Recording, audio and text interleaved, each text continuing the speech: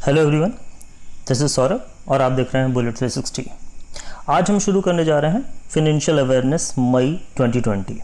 ये इसका पार्ट 1 है। इसके बाद और भी पार्ट्स आपको मिलेंगे इसके। तो चलिए ओपन करते हैं आज की mystery with the help of bullet 360। आज हम क्या समझने वाले हैं, क्या देखने वाले हैं? Wait a minute. आज हम देखने वाले हैं केवीजीपी ने लॉन्च किया है कोलेटरल फ्री एमएसएमई को। ठीक है, यानी कि कोलेटरल फ्री एमएसएमई देने वाला है। ये स्कीम होगी आपकी। इस स्कीम का नाम होगा विकास अभय। ओके, विकास अभय नाम की स्कीम है ये, किसने लॉन्च किया है इसे? केवीजीपी ने लॉन्च किया है, उसके बारे में देखेंगे। ठीक है, ये एक कोलेटरल फ्री स्कीम होने वाली है। Farmer axis bank CEO Shikha Sharma जो है वो उनको एक एडवाइज़र के रूप में एक गूगल पे इंडिया में रखा गया है, उसके बारे में देखेंगे। और फिर देखेंगे कि आरबीआई ने परमिट कर दिया है वीज़ा, मास्टर कार्ड और एनपीसीआई को। किस चीज़ के लिए? कॉन्टैक्ट फ्री पेमेंट्स के लिए। उसके बाद देखेंगे एचडीएफसी बैंक ने रिलीज़ किया है अपना गाना जिसका नाम है हम हार नहीं मानेंगे इस कोविड-19 पैंडेमिक से निपटने के लिए।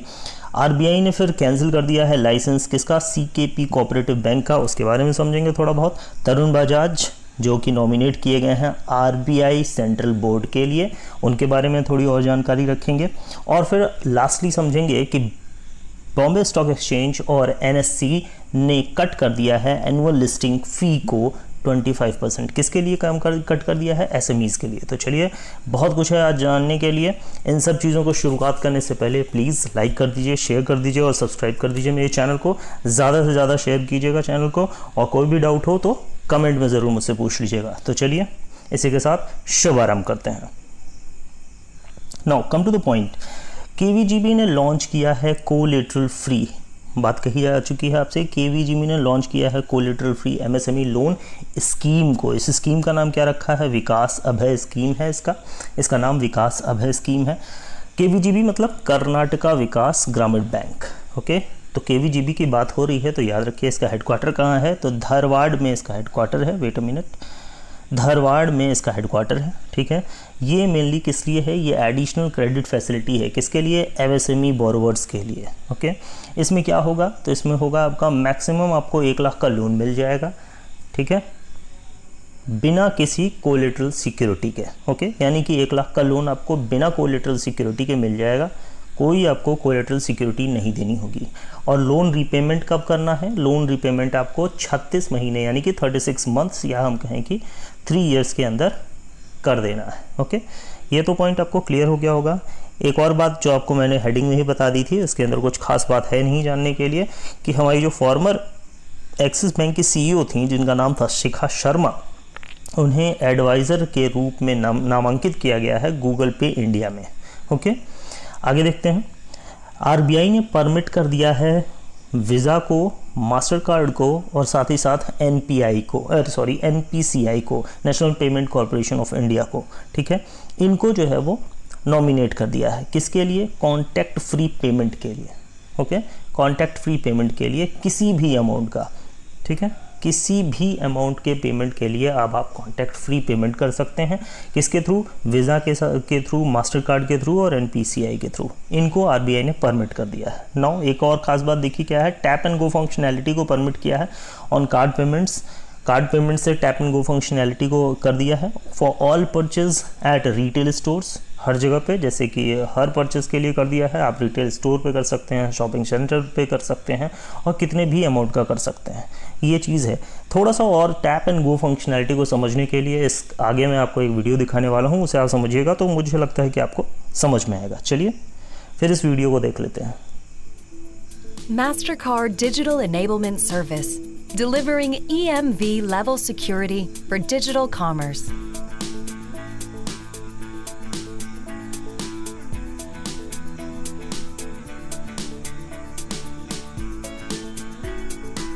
Using MasterCard's trusted network, enabling you, the issuer, to extend effortlessly and economically into the world of digital payments.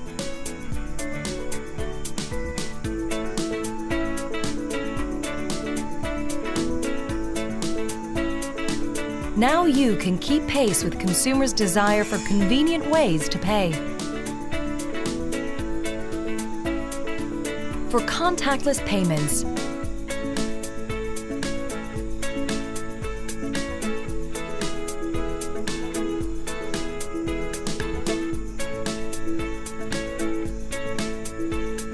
Online and in-app purchases.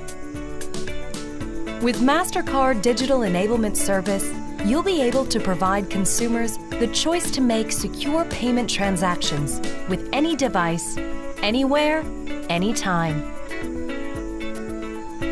MasterCard Digital Enablement Service, helping you win in digital.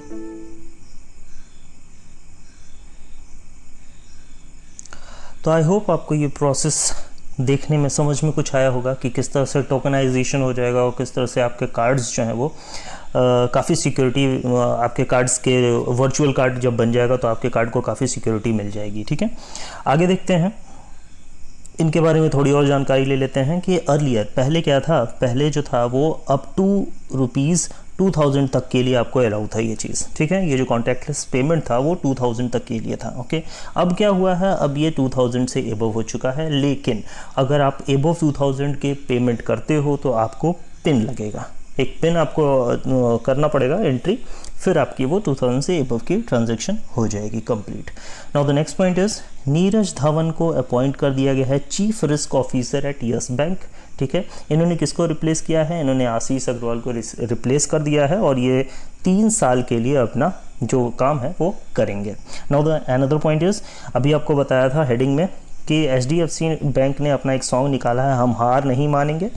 ठीक है, किसके लिए, कोविड-19 pandemic से निपटने के लिए, मतलब जोश के लिए। लेकिन देखिए ऐसा है कि इसको पेन मतलब इसको किसने लिखा है, तो इसको लिखा है प्रसून जोशी ने और इसके म्यूज़िक के कंपोज़र हैं AR रहमान। ठीक है, HDFC बैंक ने एक बड़ी अनोखी बात बोली है, क्या बोली है कि वो 500 रुपये हर बार PM के केयर्स फंड में डिपॉजिट करेगा। कब, जब ये गाना सोशल मीडिया पे बार बार जितनी बार शेयर होगा उतनी बार वो PM केयर्स फंड में 500 रुपये डिपॉजिट करते चले जाएंगे। चलिए आगे देखते हैं। Now another point is, RBI ने कैंसिल कर दिया है CKP कोऑपरेटिव बैंक लिमिटेड का लाइसेंस।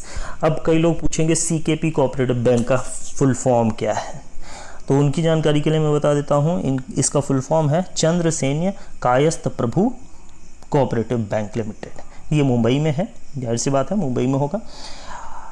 किस लिए इसका लाइसेंस कैंसिल हुआ है, इन्होंने नॉन कंप्लायंस कर दी है, किस चीज़ की, बैंकिंग रेगुलेशन एक्ट की और RBI एक्ट के नॉन कंप्लायंस की वजह से इनका जो है लाइसेंस कैंसिल हो गया है। ठीक है, ये कब बंद होगा, 30 अप्रैल 2020 के बाद इनकी वर्किंग बंद हो जाएगी, यानी कि हो चुकी होगी अब तक।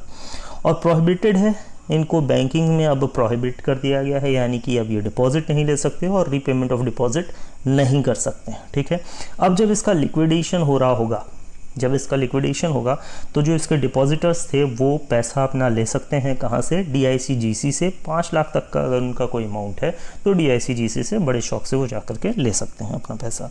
Now the another point is, Tarun Bajaj nominate हुए हैं किसके लिए, RBI सेंट्रल बोर्ड के लिए। तो नॉमिनेशन किया किसने है, जाहिर सी बात है सेंट्रल गवर्नमेंट ने इनका नॉमिनेशन किया है। ठीक है, ये क्या हैं, तरुण बजाज हैं कौन एक्चुअली, तो ये सेक्रेटरी हैं डिपार्टमेंट ऑफ इकोनॉमिक अफेयर्स या मिनिस्ट्री ऑफ फाइनेंस में सेक्रेटरी हैं। ओके, और इनका नाम डायरेक्टर ऑफ सेंट्रल बोर्ड के लिए दिया गया है, किसके, RBI के सेंट्रल बोर्ड के लिए दिया गया है, सेंट्रल गवर्नमेंट ने इसको रिकमेंड किया है। Now the another point is, he replaced, इन्होंने किसको रिप्लेस किया है, इन्होंने श्री अतानु चक्रवर्ती को रिप्लेस कर दिया है। सेंट्रल गवर्नमेंट कैन अपॉइंट, और सेंट्रल गवर्नमेंट जो है वो 10 ऐसे सेंट्रल बोर्ड को RBI सेंट्रल बोर्ड में अपने 10 मेंबर बिठा सकता है। ओके, और RBI सेंट्रल बोर्ड में कुल कितने मेंबर होते हैं ये भी आपको याद रखना चाहिए, तो वो होते हैं मैक्सिमम 21 मेंबर्स होते हैं। Okay, now the last point is, Bombay stock exchange या हम कहें कि NSE ने क्या कर दिया है, नेशनल स्टॉक एक्सचेंज ने लिस्टिंग फीस को कट कर दिया है 25%, किसके लिए, SMEs के लिए, स्मॉल एंड मीडियम एंटरप्राइजेस के लिए। ठीक है, आगे थोड़ी सी इसके बारे में और छोटी मोटी जानकारी देख लेते हैं कि BSE NSE ने लॉन्च किया था SME प्लेटफॉर्म को, स्मॉल मीडियम एंटरप्राइजेस प्लेटफॉर्म को 2012 में, और तब से ये फैसिलिटेट करता आ रहा है SMEs को उनके फंड रेज करने के लिए, लिस्टिंग के लिए और ट्रेडिंग इन द एक्सचेंजेस में ट्रेडिंग और लिस्टिंग में के लिए भी। तो उसी लिस्टिंग में जो है इन्होंने 25% की छूट दे दी है। ये छूट दी कब? ये छूट इन्होंने तब दी है जब हमारी फाइनेंस मिनिस्टर निर्मला सीतारमण जी ने क्या कर दिया है, जो सेवरल अनाउंसमेंट किया था, किस चीज़ के लिए अनाउंसमेंट किया था, MSME सेक्टर को रेस्क्यू करने के लिए जो अनाउंसमेंट किया था, उसके बाद इस छूट की संभावना या इस छूट की जो न्यूज़ है वो सामने आई है। इसी के साथ आज हम अपना जो वीडियो है वो यहीं समाप्त करते हैं। आई होप आपको अच्छा लगा होगा, और अगर अच्छा लगा है तो प्लीज़ लाइक कीजिए, शेयर कीजिए, सब्सक्राइब कीजिए मेरे चैनल को। Thank you for watching, good bye.